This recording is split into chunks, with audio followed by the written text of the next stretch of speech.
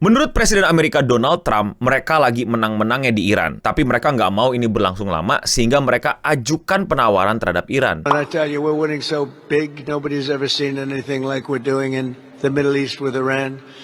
And they are negotiating, by the way, and they want to make a deal so badly, but they're afraid to say it. The deal, semacam perjanjian yang bisa disepakati kedua belah pihak untuk menghentikan perang ini. Loh, kok tiba-tiba berhenti perang? Apakah memang Amerika menang besar? Perjanjian apa yang ditawarkan sama Amerika? Dan apakah Iran menyetujuinya?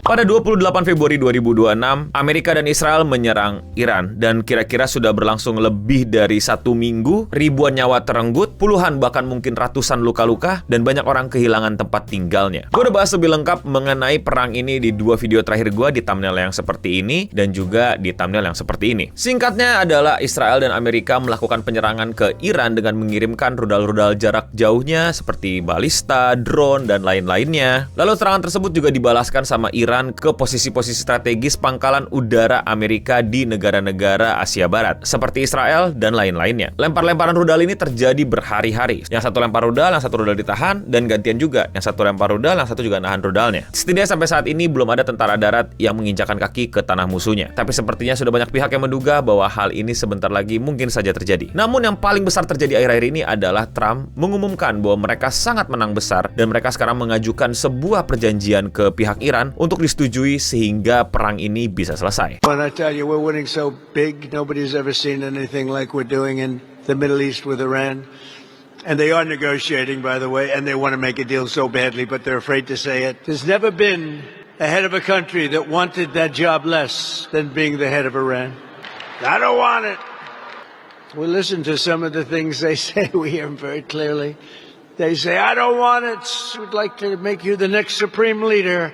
No thank you, I don't want it. Yes, Trump bilang mereka menang banget, terus mereka punya perjanjian nih yang Iran udah pengen banget nih biar bisa berhenti perangnya. Bahkan ini sesuatu yang mungkin kita bisa bilang sebagai sebuah bercandaan, tapi sangat tidak bijak sebenarnya sebagai seorang pemimpin dan juga polisi dunia untuk bilang hal kayak gini, bahwa katanya Iran bahkan pengen Trump menjadi the next supreme leader. Ini beneran apa gimana nih? Tapi setidaknya itulah yang disampaikan sama Trump. Pihak Amerika membuat 15 poin perjanjian yang ditawarkan ke Iran. Gua akan bantu bacain dan jelasin ke kalian, tapi sudah pasti ya, perjanjian internasional tidak mungkin segampang satu kalimat gini, pasti ada poin-poinnya dan lain-lainnya, jadi ini penyederhanaan aja. Apa 15 poin yang ditawarkan pihak Amerika ke Iran? 1. Remove Iran stock highly enriched uranium, alias menghapus atau menyerahkan seluruh uranium yang dipercaya sama pihak Amerika digunakan sama Iran untuk persenjataan nuklir dan lain-lain. 2. And uranium enrichment program. Iran harus menghentikan seluruh program yang berkaitan dengan uranium. 3. Dismantle nuclear capabilities. Iran harus membongkar seluruh kapabilitas nuklirnya. 4. Commit not to pursue nuclear weapons. Berjanji untuk tidak akan pernah lagi di masa depannya membuat atau bahkan merencanakan program nuklir. 5. Curb ballistic missile program. Membatasi atau mengurangi program-program balistik Iran. 6. Possible retention only for self-defense. Pembatasan yang dimaksud adalah hanya untuk mempertahankan diri. 7. And support for proxy groups. Ini mungkin buat yang belum paham sama kata proxy, kasarnya kayak negara besar yang mendukung negara kecil. Atau bukan negara, bahkan gerakan-gerakan di berbagai macam titik di luar negaranya. Dalam konteks Iran yang dimaksud adalah mungkin contohnya Hizbullah. Maka maksudnya support Iran terhadap Hizbullah harus dihentikan. Dan proxy-proxy Iran lainnya. 8. Reopen ensure free navigation in Strait of Hormuz. Gampang, membuka kembali Selat Hormuz. Gue udah bahas lebih lengkap di video gue mengenai Selat Hormuz. 9. Reduce regional escalation threats. Mengurangi ancaman terhadap kestabilitasan energi global. Balik ke poin Selat Hormuz. Dan 10.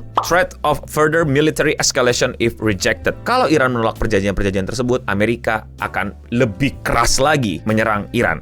Kasarnya seperti itu. Loh, no, tadi kata 15, kok yang lu kasih cuma 10. Karena memang faktanya demikian. Data yang diberikan ke publik, bahkan dalam bentuk ringkasan, itu hanya 10 poin. Tapi yang mereka akui, mereka mengirimkan 15 poin. Berarti ada 5 poin yang dirahasiakan dan belum bisa di-share ke publik, atau bahkan nggak pernah bisa di-share ke publik. Dalam berbagai macam perang, pihak yang kalah udah pasti dirugikan dalam perjanjian-perjanjiannya. Jadi udah pasti banyak banget hal-hal yang lebih menguntungkan pihak yang menang daripada pihak yang kalah dalam berbagai macam perang dari zaman ke zaman. Dan dari sini kita bisa lihat, poin-poinnya adalah poin-poin seperti Amerika yang memenangkan peperangan, dan Iran harus tunduk pada poin-poin yang ditawarkan tersebut. Dan menurut Trump, Iran sudah pengen so bad katanya untuk menyetujui deal ini. To prove that they're serious, they gave us all these votes. When I talked about 4 days ago a present, I said they gave me a present, but I didn't think I was at liberty to say what it was.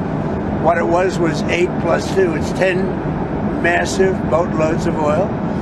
And today they gave us another present. They gave us 20 boatloads of oil. That starts being shipped tomorrow. We're having very good meetings, both directly and indirectly, and I think we're getting a lot of very important points. Jadi kata Trump, mereka pengen banget deal ini, bahkan mereka sampai ngasih hadiah, yaitu oil dan oil ke Trump, atau lebih tepatnya ke pihak Amerika. Jadi seperti Iran segera akan menyetujui, bahkan sudah sampai ngasih hadiah, jadi sudah sepakat banget kayaknya sama apa yang diinginkan sama pihak Amerika dalam perjanjian penyelesaian perang tersebut. Namun, di sisi yang berbeda, terdapat informasi yang kontradiktif. Seperti yang kita lihat tadi, dua video Trump sendiri yang bilang bahwa udah oke, mereka setuju, bahkan mereka sampai ngasih hadiah, bahkan mereka bilang ya bercandaan gitu ya, pengen dia yang jadi leadernya dan lain-lainnya. Tapi berita yang terbaru gue lihat berbeda. Iran menolak itu semua. Bahkan Iran punya counter proposal, alias proposal tandingan. So Iran has rejected Donald Trump's 15-point peace plan. It's not surprising because from the Iranian point of view, it reads more like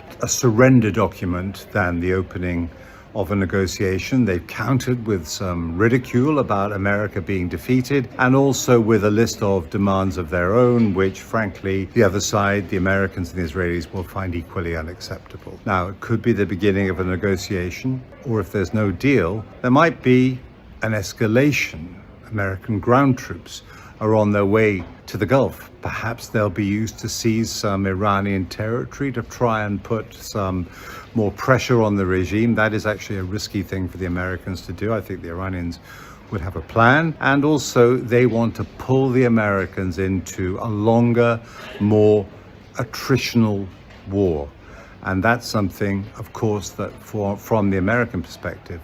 Jadi ternyata Iran menolak. Iran nggak setuju sama proposalnya. Berbeda dari apa yang Trump bilang bahwa Iran udah pengen banget deal. Udah kayak oke. Meanwhile, di berita lain bilangnya, enggak, Iran nggak oke. Bahkan Iran punya counter proposal yang isinya cuma 5 poin. And all attacks US and Israel. Penghentian total serangan militer. Ceasefire including Lebanon, proxy fronts. Gencatan senjata mencakup semua front. Guarantee no further attack. Jaminan tidak ada serangan lagi ke Iran. War reparation. Ganti rugi atas kerusakan perang. Recognition of sovereignty over Strait of Hormuz. Pengakuan bahwa Selat Hormuz adalah hak Iran. Dan ya, itulah diplomasi yang sekarang terjadi. 15 poin dari Amerika untuk Iran. Kata Amerika sih Iran mantap, tapi nyatanya Iran menolak dan Iran ngasih proposal baru. Seperti yang gue tadi udah singgung ya, semua poin-poin tadi itu hanya penyederhanaan, hanya dibikin lebih gampang dan mudah dipahami. Yang tahu detail secara lengkapnya ya kedua belah pihak yang lagi negosiasi. Dan dari berbagai macam sumber, berbagai macam berita dan ahli, kita lihat keduanya saling gontok-gontokan dan gak ada kayak upaya untuk stop. Dan pilihan paling mengerikannya adalah Amerika akhirnya akan mengeluarkan opsi penyerangan darat, menurunkan prajurit-prajuritnya ke tanah Iran. Iran says that it is ready to face US troops on the ground, accusing Washington of offering diplomatic solutions while secretly planning a ground assault.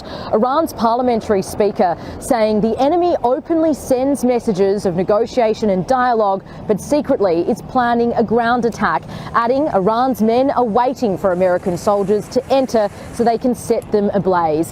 Now, US officials have not confirmed whether ground troops will be deployed. There has been mixed messaging coming from the US President Donald Trump about when the war will end. On one hand, Trump has said the conflict will end soon. On the other, he's threatened further action, and the US has reinforced its military strength in the region. Terus saja untuk menguasai daerah-daerah, menguasai titik-titik penting, sehingga nanti bisa kirim proposal lagi yang lebih menekan ke Iran karena posisinya lebih menang dari sebelumnya. Kalau berhasil. Dan kalau itu terjadi, gue yakin situasi akan makin kacau, dunia akan makin kena dampaknya, tensi di Selat Hormuz mungkin akan lebih panas, dan korbannya sudah pasti ekonomi dan langsung mengarah ke sipil. Udah sipilnya mati di dalam perang, yang nggak mati dalam perang, kena dampak ekonominya. Yang bukan dari bagian negara-negara tersebut, kena dampak juga terhadap ekonomi dunia. Bagaimana akhirnya? Kita nggak ada yang tahu, tapi dari gue pribadi tentu berharap yang terbaik untuk kita, para sipil. Ada informasi tambahan, ada koreksi, ada sanggahan, ada pendapat dari kalian mengenai konflik yang masih belum berakhir dan benar-benar